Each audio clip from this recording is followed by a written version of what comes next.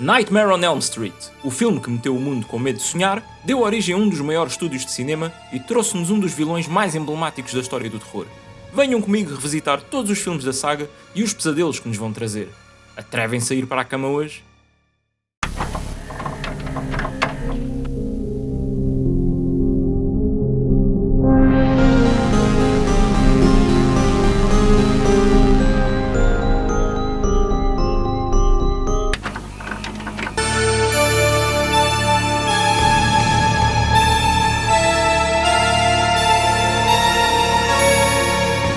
Lançado em plena década de 80 e aproveitando a febre dos slashers, o primeiro Nightmare on Elm Street à superfície parece só mais um filme do género, mas na verdade tenta ir de encontro a muitos dos seus clichês. O realizador e argumentista Wes Craven esteve sempre à frente do seu tempo, e o seu clássico de 1984 é um excelente exemplo disso. Em vez de termos aquela estrutura típica em que somos introduzidos a um grupo de jovens com uma vida aparentemente normal, que a partir da segunda metade do filme começam a ser chacinados um por um, aqui uma das raparigas do grupo é morta quase no início, e cabe aos amigos descobrir o que realmente aconteceu e quem é o responsável. Em vez de serem castigados por consumirem álcool e drogas ou fazerem sexo promíscuo, os jovens são mortos quando... adormecem? Eu sabia que ter horários de sono pouco saudáveis iria compensar um dia. E isto traz-nos ao vilão, o carismático Freddy Krueger. Aqui também tentaram fazer o oposto de filmes como Friday the 13th ou Halloween. Ao contrário de Jason ou Michael, Freddy não anda mascarado, preferindo o seu chapéu fedora e camisola às riscas vermelhas e verdes. E também fala. Fala que se farta até.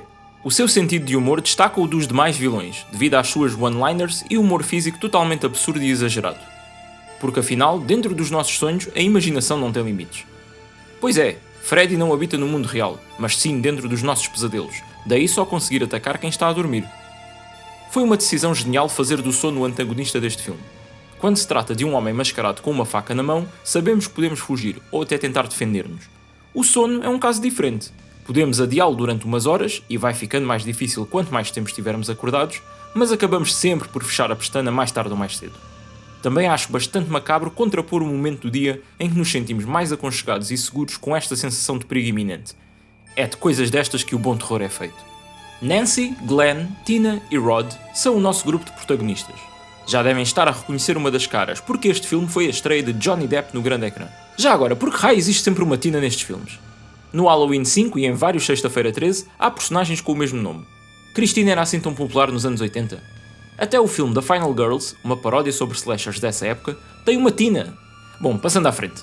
Todos começam a ter sonhos bizarros e depois de conversarem uns com os outros, apercebem-se que estão a sonhar com as mesmas coisas.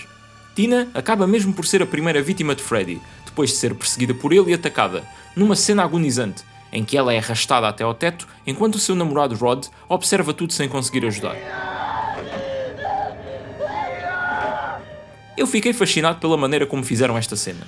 Foi usada uma estrutura para rodar o quarto, sendo que Rod e os operadores de câmara tiveram de ser amarrados ao chão para não rebolarem pelo cenário, como estava a acontecer com Tina.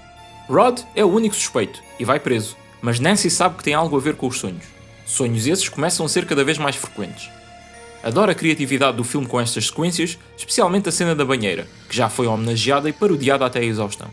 Rod acaba por ser morto por Freddy, que faz com que pareça um enforcamento, e no seu funeral, Nancy repara numa reação suspeita dos seus pais, quando descreve o homem que tem visto nos seus sonhos.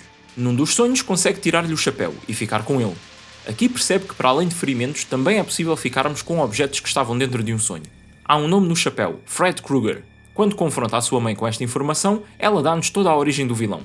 Freddy assassinou 20 crianças em Elm Street, com a sua icónica luva com lâminas nos dedos, mas devido a uma questão burocrática, nunca foi preso. Os pais que viviam naquele bairro descobriram onde ele morava, na sala da caldeira de uma central elétrica abandonada. Regaram tudo com gasolina e deitaram fogo. Freddy supostamente morreu nesse dia, mas encontrou forma de nos atormentar depois da morte, trazendo consigo horríveis marcas de queimaduras provocadas por este acontecimento. Nancy tenta ao máximo manter-se acordada, para que Freddy não a apanhe durante o sono, muito contra a vontade da sua mãe. Eu acho hilariante que ela tenha uma cafeteira escondida debaixo da cama. Nancy está preocupada que Glenn adormeça enquanto está no seu quarto a ver televisão enquanto ouve música, o equivalente dos anos 80 a jogar enquanto se ouvem podcasts. Mas porquê que a televisão está em cima da cama? Nancy perde o contacto com ele e quando vê a língua de Freddy a sair do seu telefone desligado, sabe que Glenn corre perigo. No entanto, é tarde demais para o ajudar, quando este é sugado para dentro da sua própria cama e transformado num tornado de sangue, naquela que é a morte mais espetacular do filme. Nancy tem um plano e espalha armadilhas pela casa como se fosse o Kevin do Sozinho em Casa. Ela consegue trazer Freddy do sonho para a vida real, tal como fez com o chapéu. O homem leva bastante porrada e ainda é novamente incendiado. Mas isso não é o suficiente para o parar, e ele faz uma nova vítima. Desta vez, a mãe de Nancy. Freddy é uma criatura que habita nos nossos pesadelos, por isso Nancy percebe que basta não acreditarmos nele e não deixarmos que nos meta medo para que simplesmente deixe de existir. I take back every bit of energy I gave you. E assim, Freddy é reduzido a nada. A mãe e os amigos de Nancy voltam à vida e fica tudo bem em Elm Street. Estou a brincar! Nada daquela patetice funcionou e Freddy ainda está aí para nos assombrar. Um final que também vai contra as convenções do género. Não há nenhuma Final Girl que derrota o vilão. Toda a gente morre. Consegue perceber-se porque Nightmare on Elm Street continua a ser um clássico tão amado até aos dias de hoje, em grande parte devido ao seu vilão Freddy Krueger, protagonizado por Robert Englund, e Heather Langenkamp, a protagonista Nancy, uma das grandes Scream Queens do cinema terror. O filme foi o primeiro sucesso comercial do estúdio New Line Cinema, e o grande responsável pelo sucesso que tem até aos dias de hoje, tanto que tem a alcunha The House That Freddy Built, a casa que Freddy construiu. E como vocês já sabem, sempre que um filme de terror faz muito dinheiro, é sinal que no ano seguinte vamos ter...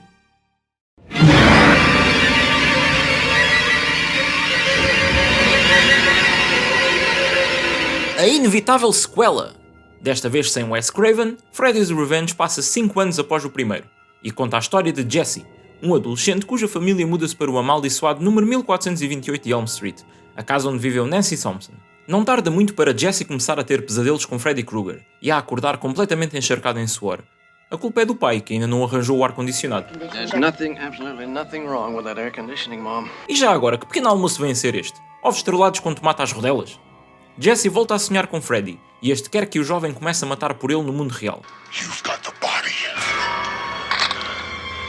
I've got the brain.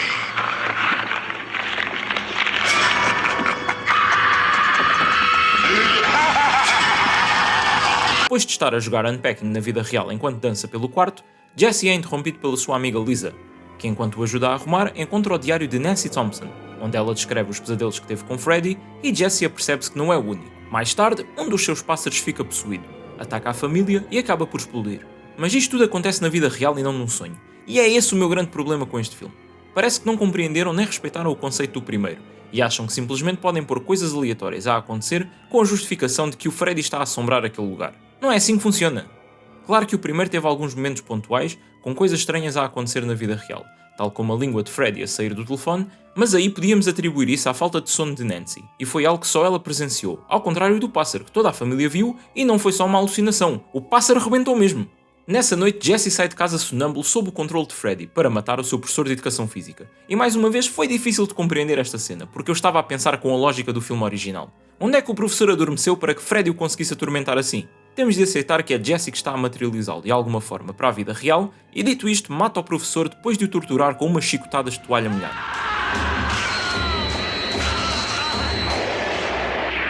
O filme culmina numa festa com churrasco e piscina, em que Freddy sai de dentro de Jesse para aterrorizar os adolescentes que lá estão.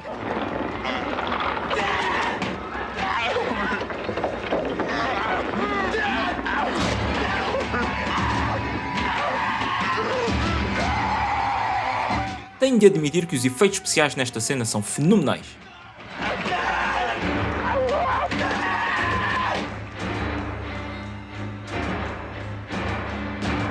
Mas ver Freddy Krueger a correr por entre os jovens como se tivessem solto um animal selvagem tira um bocado a mística ao personagem, que estamos habituados a presenciar em situações menos realistas, nos pesadelos, onde ele está no controle da sua própria realidade. I do remember Freddy coming out at a pool party and feeling like, oh my God.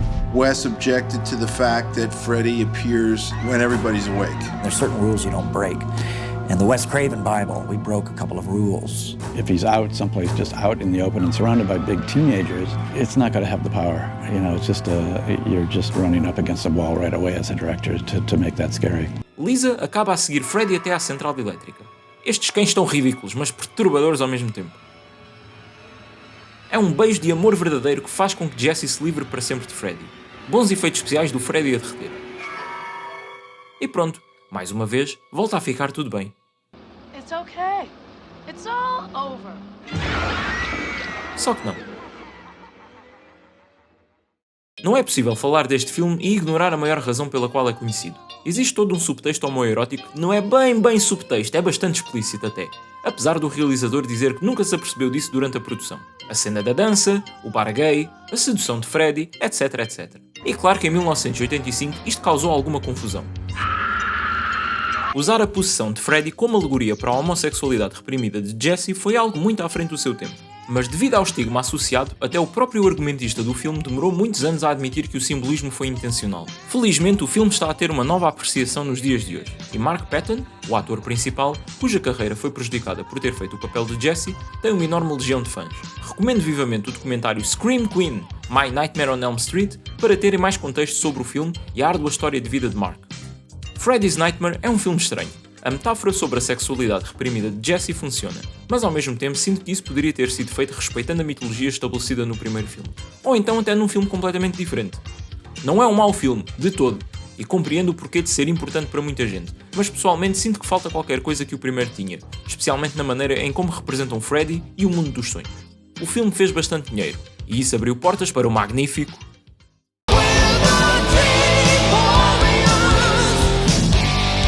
Kristen, interpretada por Patricia Arquette, outra atriz que se estreou no cinema graças a estes filmes, é uma jovem que tem como hobby fazer esculturas com cola branca e papel de jornal. Devia ser fã do Art Attack.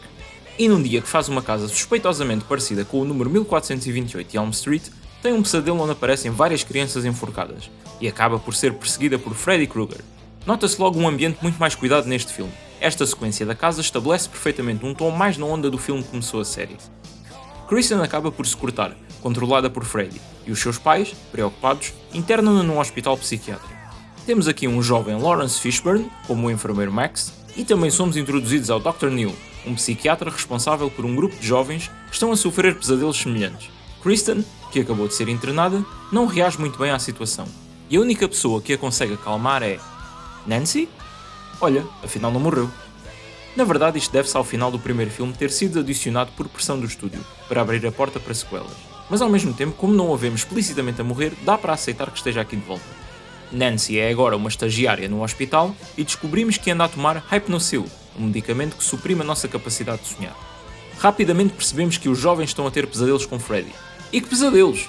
Essas cenas neste filme estão visualmente impressionantes, com especial destaque para quando Freddy se transforma numa minhoca e tenta comer Kristen.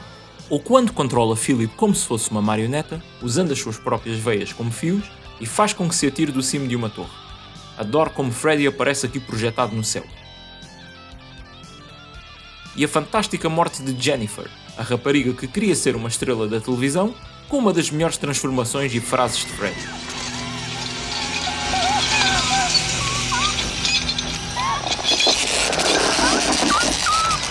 This is it, Jennifer. Your big break in TV. Welcome to prime time, bitch.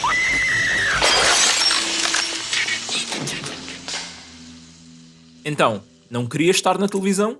Os miúdos percebem que o que têm em comum é serem os filhos das pessoas que mataram Freddy Krueger, e este quer vingança. Através de hipnose, adormecem ao mesmo tempo, e Kristen usa o seu poder de puxar pessoas para dentro dos seus sonhos para poderem estar todos juntos. Aprendem a controlar-se enquanto sonham, inventando superpoderes para si mesmo. In my dreams, I'm beautiful. And bad. Menos o pobre Joey, que acaba no marmelance com uma enfermeira que se revela ser Freddy Krueger. Era bom demais para ser verdade. Ele não morre, mas fica em coma, e cabe aos seus amigos salvá-lo. Entretanto, o Dr. Neil tem visto uma freira ao longo do filme, que acaba por lhe contar a história de uma mulher que fora violada por vários homens naquele local e teve um filho depois disso. O nome dela? Amanda Krueger. Também ficamos a saber que para acabar com a maldição de Freddy temos de enterrar os seus restos mortais em solo sagrado. Isto leva-nos ao pai de Nancy, que sabe onde estão os ossos de Freddy, num ferro velho dentro da bagageira de um Cadillac. De volta aos sonhos, temos esta cena hilariante em que a mãe de Kristen, mesmo depois de decapitada, continua a ralhar com ela, e Freddy está vestido todo de janota. Taryn, a mestra das facas, consegue aguentar-se no mano a mano com Freddy, mas este usa os seus antigos demónios contra ela, numa cena absolutamente perturbadora.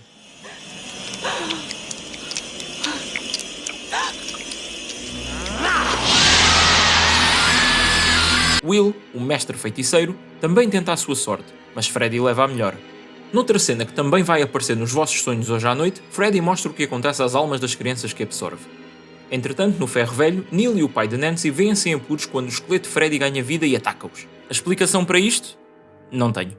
Infelizmente o pai de Nancy não sai vivo desta. No sonho, o grupo é atacado por Freddy nesta sala de espelhos, mas são salvos por Joey através do poder da amizade. Nancy abraça o pai, que aparece do mundo dos mortos, para dizer um último adeus, mas afinal é o Freddy disfarçado. Ela ainda usa o seu último fôlego para esfaqueá-lo com a sua própria luva, e no mundo real, Neil completa o ritual e Freddy é mandado desta para melhor.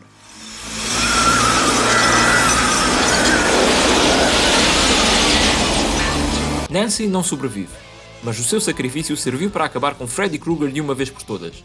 Durante o funeral, Neil avista a freira uma última vez e descobre que ela é mesmo Amanda Krueger, a mãe de Freddy. O regresso de Wes Craven como argumentista resultou num filme que captura perfeitamente a essência da série. Esta é uma verdadeira sequela ao original, porque preocupa-se em continuar com a história e ao mesmo tempo expande a mitologia de Freddy Krueger. A criatividade nas mortes e na imagética dos pesadelos também aumentou exponencialmente. Isso tudo, aliado a um elenco carismático, faz com que Dream Warriors seja um dos filmes mais acarinhados da saga. E pronto, acaba aqui, não é? O Freddy morreu, portanto não vão haver mais malandros!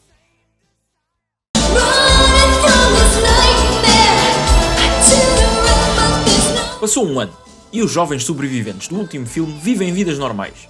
Até que Kristen, desta vez interpretada por uma atriz diferente, volta a sonhar com a caldeira de Freddy e sente que o regresso deste está próximo. Temos aqui um novo conjunto de personagens, onde se inclui Alice, uma rapariga que inconscientemente passa o tempo a sonhar acordado. Kincaid sonha que está no ferro velho e o seu cão mija fogo para onde os restos de Freddy estão enterrados, o que obviamente faz com que este ressuscite.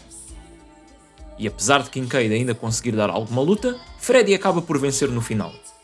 Joey também sonha com uma bela mulher toda nua dentro do colchão de água da sua cama, que se revela ser Freddy. Ele não aprendeu mesmo nada desde a última vez que foi iludido por um par de seios. Kristen continua paranoica com Freddy e recusa-se a adormecer, até que a sua mãe coloca comprimidos para dormir na comida, o que a leva a um sono profundo. Neste sonho, Kristen está na praia e é atacada por um tubarão Freddy. Não sei como é que ainda não fizeram um daqueles filmes para o canal Sci-Fi sobre isto. Já na sala da caldeira, Kristen puxa Alice para o sonho e é morta por Freddy. Epá, eu escusava de ver isto outra vez! Antes de ir desta para melhor, consegue transferir o seu poder para Alice, que agora também pode puxar pessoas para os sonhos.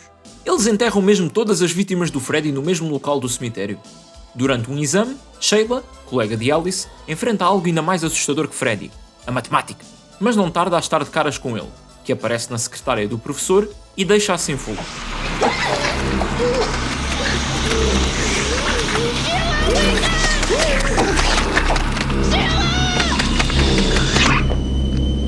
Mais tarde é Rick, o namorado de Kristen e irmão de Alice, que adormece na sanita e acaba transportado para o Japão, onde tem de lutar com um Freddy invisível.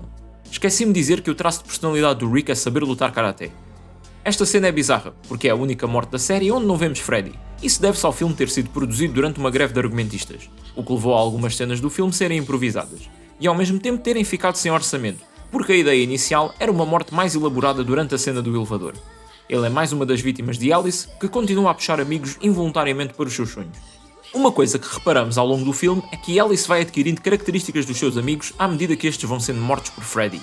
Ela vai ao cinema para se distrair um pouco de tudo o que se anda a passar e acaba sendo puxada para dentro do filme, onde uma versão mais velha dela própria serve-lhe a ela e Freddy uma pizza de almôndegas que gritam.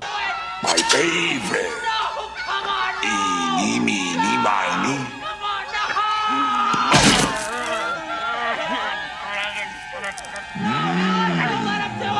Rick, you little meatball. I love soul food. Agora a sério, quem é que me vai pagar a conta do psicólogo depois destes filmes todos?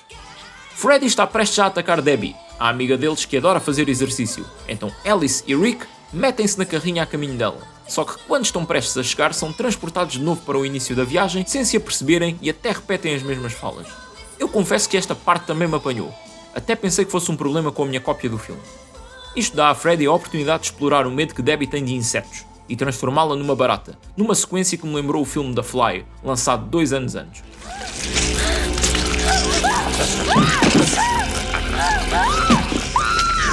A sério, meu, isto é absolutamente nojento e repugnante.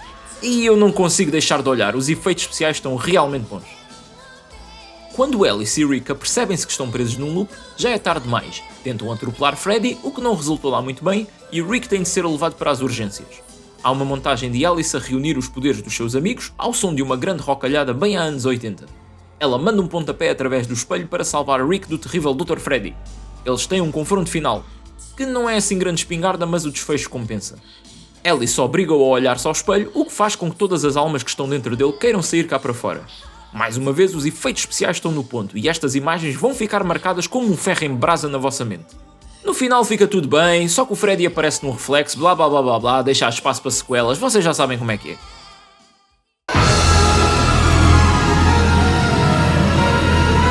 Este filme começa logo com Alice a ter um pesadelo com uma das piores coisas que nos pode acontecer: problemas nas canalizações. Depois parece ser transportada para a noite em que Amanda Kruger foi violada. Um dos homens aqui presentes é interpretado por Robert Englund, portanto vou assumir que é suposto representar o pai biológico de Freddy. Mais tarde, noutro pesadelo, assiste ao parto de Freddy.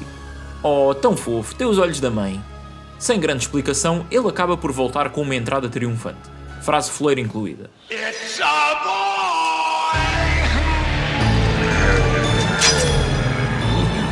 Desta vez, Alice está grávida de Dan e Freddy está a usar os sonhos do bebê para se manifestar. Ela fala com um garoto chamado Jacob e diz que foi um nome que sempre adorou, e vocês já devem estar a perceber que é uma representação do futuro filho dela. Mas vocês veem estes filmes por causa das mortes, e não para histórias sobre maternidade, portanto tomem lá o Freddy a tentar provocar um acidente ao coitado do Dan, que teve o azar de pregar olho enquanto conduzia. Adoro que Freddy esteja tão preocupado com a segurança rodoviária que arranca o próprio braço para fazer um cinto de segurança.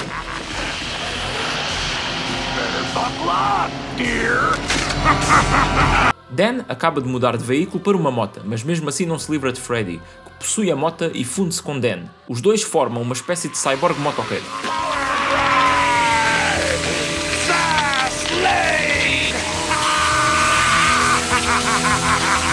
A sério, como é que alguém se lembra destas coisas?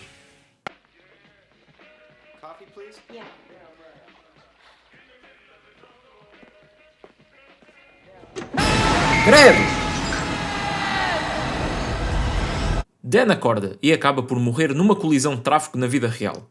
Freddy também invade o jantar de família de Greta Bon appetit! e enche-lhe o bandulho até ela não aguentar mais. Ela ainda tenta pedir ajuda a Alice através do frigorífico, mas já não vai a tempo. Mais uma vez, somos assombrados com um daqueles problemas domésticos comuns. Reparar que aquele frasco que ainda ia a meio já está completamente coberto de bolor. Alice apercebe-se que Freddy está a usar o seu bebê e decide fazer uma ecografia.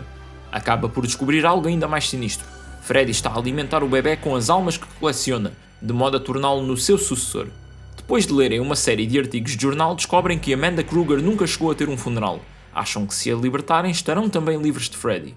Freddy ainda atormenta Max, o amigo fã de banda desenhada, mas este responde transformando-se no Phantom Prowler, um personagem que ele próprio criou. Só que isto não é o suficiente para travar um Super Freddy, que desfaz o Max como uma trituradora de papel, enquanto este se esvai em sangue. Perdão, tinta! Alice confronta Freddy uma última vez e é Jacob que a ajuda a perceber que Freddy habita dentro dela, e ela tem de se livrar dele se o quiser derrotar. Sim, é tudo super vago e metafórico, mas ao menos deu-nos esta cena de Freddy literalmente a sair de dentro dela.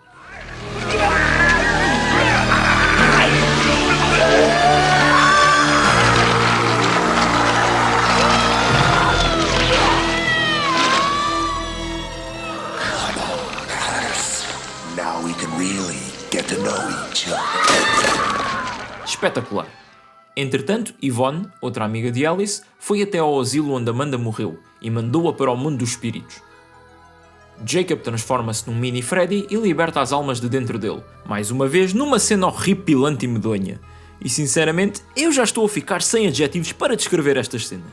Amanda absorve o Freddy bebê para dentro dela, onde o mantém afastado do mundo para todo o sempre. Quer dizer, pelo menos durante um ano, até sair a próxima sequela.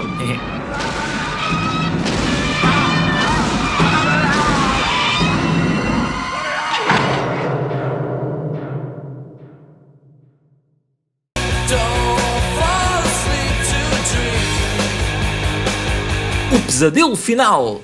Sim, claro que sim. Vocês já sabem que todas as sagas de slasher têm de ter um destes.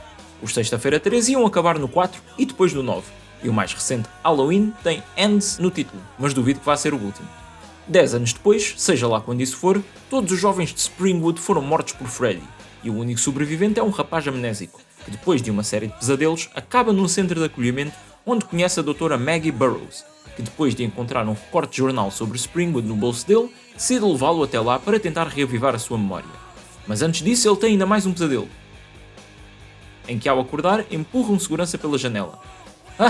Ainda bem que estão só no resto do chão.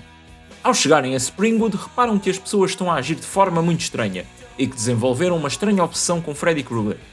Claro que não dá para ir a Springwood sem visitar o mítico 1428, e Freddy ataca o grupo. Carlos, o jovem com problemas de audição, leva com uma zaragatoa pelos ouvidos adentro e depois de Freddy manipular o seu aparelho auditivo, sofre com o clássico som de unhas a raspar num quadro até que a sua cabeça explode.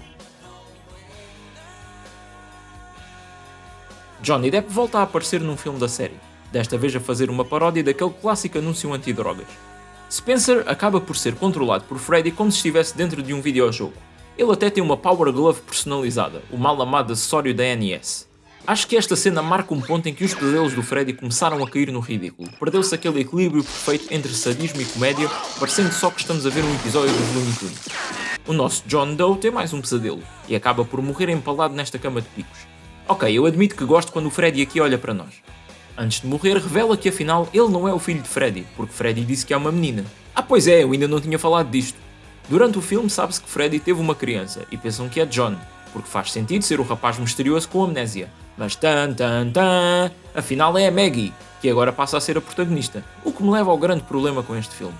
Parece que não se decidiram que história queriam contar, e tentaram enfiar aqui o máximo de ideias possível sem desenvolver devidamente nenhuma. Para além de Freddy ter tido uma filha quando era vivo e querer que ela continue o negócio da família, temos ainda flashbacks sobre o passado traumático de Freddy, com uma aparição especial do Alice Cooper, a população demente de Springwood, que quase podia dar um filme por si só, e eles até tocam vagamente no porquê de Freddy conseguir entrar nos sonhos. Existem uns demónios que escolhem a pessoa mais malvada à face da Terra, para lhe garantir este poder, e são eles que continuam a ressuscitar Freddy, mas lá está, não aprofundamos muito mais que isto. O filme termina com uma sequência em Freddy Vision. Sim, este filme está em 3D! E até os personagens do filme têm os óculos vermelhos e azuis. Claro que podem contar com aqueles efeitos foleiros de coisas a voar contra o ecrã, mas o que acontece depois de Maggie espetar Freddy com a sua própria luva e explodi-lo com dinamite acaba por justificar tudo isso. Kids. Uau! É sem dúvida o filme mais fraco da série, até agora. Para além da história que não sabe para onde ir, falta-lhe carisma, não é muito assustador e até os pesadelos já não parecem ter a mesma criatividade. Como diz no título, Freddy está mesmo morto. Freddy's dead. Mas há uma coisa boa que surgiu deste filme. Inicialmente quem foi contratado para escrever o guião foi nada mais nada menos que Peter Jackson. Sim, esse mesmo. O seu guião acabou por ser rejeitado, mas ele manteve contacto com a produtora New Line Cinema, o que lhe abriu portas para realizar uns quantos filmes sobre uma certa obra de fantasia.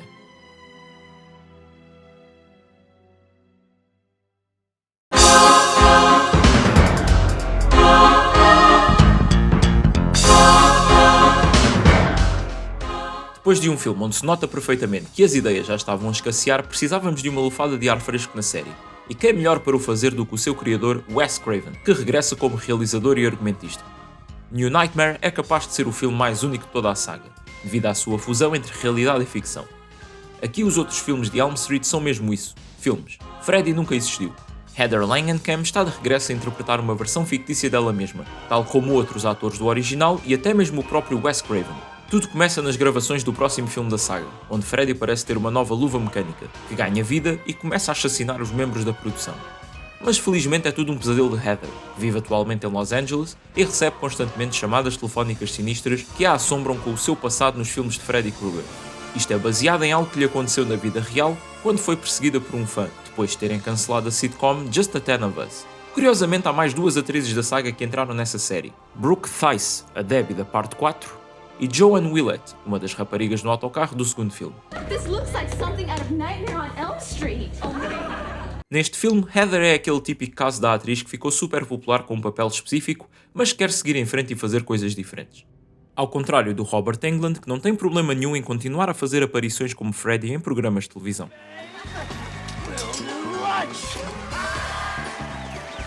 ela recebe uma chamada do estúdio que quer fazer um novo filme, porque Wes Craven tem um novo guião, baseado num pesadelo que teve. Isto é mais uma ligação com a vida real, porque Craven inspirou-se mesmo num sonho onde estava numa festa do estúdio, e Freddy era um dos convidados, o que lhe deu a ideia de fazer um filme em que Freddy transcende da ficção para a realidade. O produtor nesta cena é mesmo o Bob Shaye, o fundador da New Line Cinema, que tem cameos em quase todos os filmes da saga. Ao longo do filme, o filho de Heather, Dylan, tem pesadelos cada vez mais intensos com Freddy Krueger. Provavelmente não foi boa ideia deixar o garoto ver aqueles filmes. O marido de Heather acaba por ser atacado por Freddy enquanto conduz, e morre num acidente de viação. Este filme desvia-se da estrutura slasher dos anteriores. Não é tanto sobre as vítimas que Freddy vai fazendo pelo caminho, mas foca-se mais em Heather e no filho, e na sua descida à loucura, em que o seu subconsciente vai sendo consumido pelos fantasmas do passado, e somos levados a questionar se o que se passa é real ou apenas a sua imaginação. Heather finalmente decide confrontar Wes, na esperança que este tenha uma explicação para tudo o que está a acontecer. Ele diz que está a escrever o guião do novo filme aos poucos, à medida que vai tendo pesadelos, e fala de uma entidade antiga que se alimenta da nossa inocência e que toma várias formas ao longo dos tempos.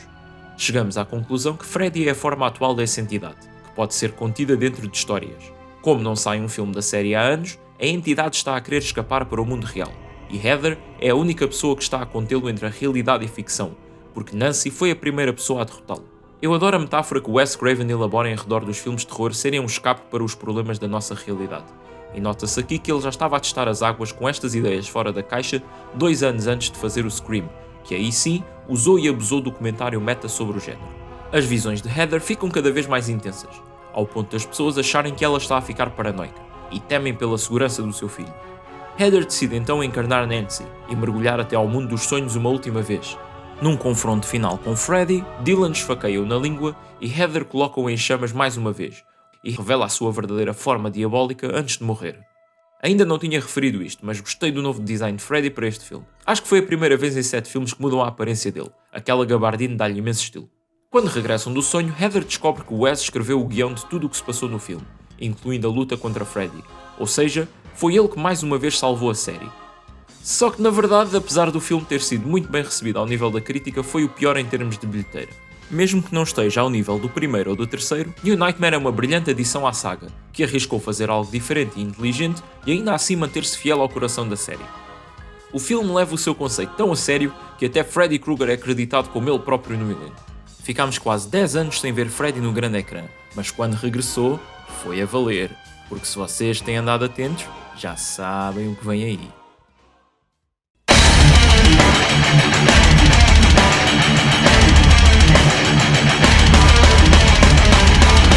Sim, eu vou falar deste filme outra vez, porque o canal é meu e eu faço o que eu quiser, mas porque também este filme, apesar de estar longe de ser perfeito, é do caraças. E no meu vídeo sobre os Friday the 13th, foquei-me mais no Jason, e agora é hora do Freddy brilhar.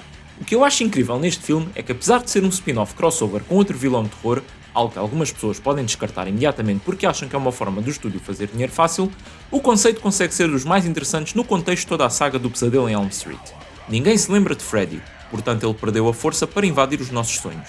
A cidade de Springwood coletivamente tentou eliminar todas e quaisquer provas da sua existência, e as poucas pessoas que se lembram são colocadas num asilo e medicadas com Hypnocil, para não poderem sonhar, não vai ele aparecer sem ser convidado. Isto está perfeitamente dentro do tom da série e liga com aquela ideia de não alimentarmos os nossos medos, ou eles tornam-se mais fortes. E claro, dá uma desculpa para Freddy mandar Jason para o 1428 de Elm Street, matar uns quantos jovens promíscuos, até alguém dizer: "Ei, pessoas a morrer nesta casa, isto lembra-me aquele gajo de camisola às riscas." À medida que vão falando nele, Freddy vai aparecendo aos poucos nos sonhos dos habitantes, mas ainda não tem forças suficientes para os matar. Tem que ser Jason a terminar o serviço. Freddy fica cheio de ciúmes porque o Jason está a divertir-se imenso e ele não.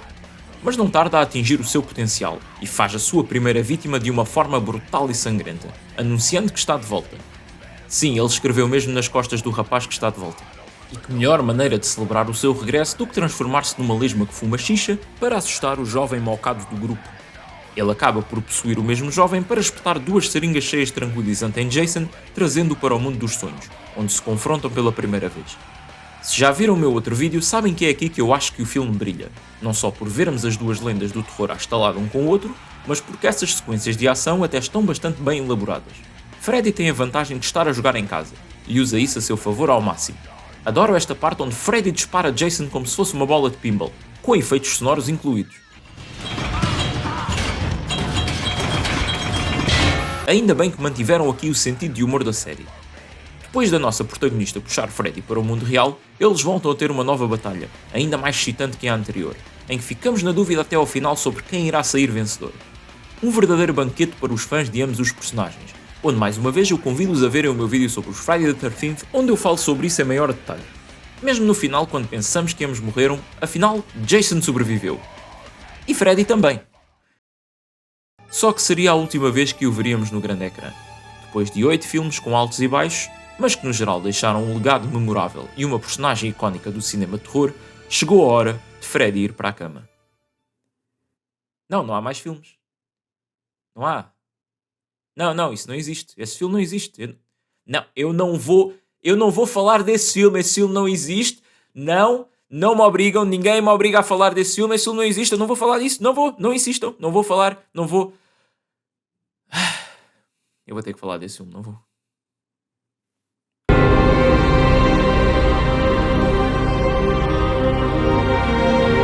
Eu não queria mesmo nada ter de falar disto, e até entristece-me ter de terminar o vídeo assim. É mais um daqueles remakes da época onde era fixe trazer de volta filmes clássicos, mas dar-lhes aquela lavagem mais séria e sombria, que na realidade significava despir os filmes de qualquer tipo de personalidade. Ainda por cima, neste caso, as diferenças são abissais. Nightmare on Elm Street não é apenas um filme sobre um serial killer que consegue matar-nos dentro dos nossos sonhos. É um filme de Freddy Krueger, um dos vilões mais carismáticos do terror. Existe toda uma carga icónica associada a isso que confere o tom pelo qual a série ficou conhecida. Ao transformar Freddy num vilão mais sério, retirando-lhe todo o sentido de humor e todas as formas criativas que inventa para aterrorizar e matar, o filme perde qualquer tipo de identidade. É que parece que fizeram de propósito para alienar os fãs dos originais, ao não trazer Robert Englund de volta para o papel e a mudar a aparência de Freddy. Está certo que o objetivo era aproximarem-se do aspecto de uma vítima de queimaduras na vida real, mas nem sempre o realismo tem de se sobrepor à iconografia. Especialmente num filme onde um homem que já morreu consegue invadir sonhos e usa uma luva com garras. É que pelo menos no remake do Friday the 13th ainda tentaram manter-se fiéis à essência da série, com algum humor e mortes criativas, e é um filme aceitável, se não compararmos ao que veio para trás. Eu não considero o Pesadelo em Elm Street de 2010 um bom filme, independentemente de olharmos para ele como um remake ou como um filme por si só. Eu ainda pensei que o filme ia fazer algo inteligente quando nos leva a pensar que Freddy pode ter sido morto injustamente pelos pais das crianças, que estas poderiam estar a mentir sobre o que ele lhes fez e assim poderia ser justificada a sua violência, mas não! Rapidamente descobrimos que é tudo verdade e existem provas de que Freddy é um abusador que está a querer silenciar as suas vítimas. O que, associado à sua personalidade mais fria e cruel neste filme, faz com que consigamos ter zero simpatia por ele quando surge a rara ocasião em que tenta fazer uma piadola. Este filme representa muitos dos problemas que eu tenho com remakes, mas especialmente a tentativa de se aproveitarem de uma coisa que já existe e despila dos elementos que a tornavam única numa tentativa de apelar a um público maior. É que eles fazem a cena da morte no teto, mas consegue ter pior aspecto do que um filme que tinha saído 26 anos antes disto. Até a cena final é retirada do Freddy vs Jason, mas não tem nem 1/10 da paixão e emoção daquele final.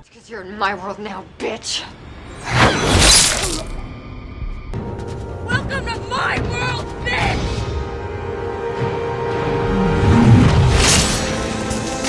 É que nem tiveram coragem de decapitar o Freddy, porque claro, têm de deixar espaço para sequelas, e é isso que temos nesta cena final com um CGI terrível. Ainda assim, foi o filme da série que fez mais dinheiro, mas por ter sido esmagado pela crítica, acharam melhor parar por aqui. Tal como fizeram com Freddy, o melhor é fingirmos que este filme não existe, para ele não nos poder magoar mais. Mais do que simples filmes sobre alguém que nos mata enquanto dormimos, Nightmare on Elm Street explora os nossos medos e fragilidades, como eles podem ser usados para nos magoar e que temos de enfrentá-los para podermos seguir em frente. Não digo que sejam os filmes mais compreensivos do mundo nestes aspectos, mas tocam em várias questões da vida de adolescente, desde a sexualidade a consumo de drogas, com um especial foco no confronto com os nossos pais e outras figuras de autoridade. Aquele sentimento de frustração, de sermos jovens incompreendidos, que só querem alguém que os saiba ouvir. Tal como quando os jovens dos filmes diziam que não podiam adormecer se não morriam, quantas vezes sabíamos que tínhamos razão e estávamos a fazer o que era certo para depois as nossas opiniões serem desvalorizadas? Será que algum dia teremos um regresso de Freddy? Eu diria que sim. Não só porque algum executivo vai se lembrar que pode fazer bastante dinheiro com isso, mas também porque existe uma grande aceitação por este revivalismo dos anos 80, que não mostra sinais de abrandar. Basta ver o sucesso que coisas como Stranger Things continuam a ter, e Freddy Krueger encaixaria que nem uma luva nessa tendência. Acho que resultaria bem em formato série, até porque parece que é por aí que estas velhas sagas de terror estão a ir. Espera mesmo que o Crystal Lake seja bom. Enquanto ele não regressa, continuem a sonhar. Se tiverem coragem.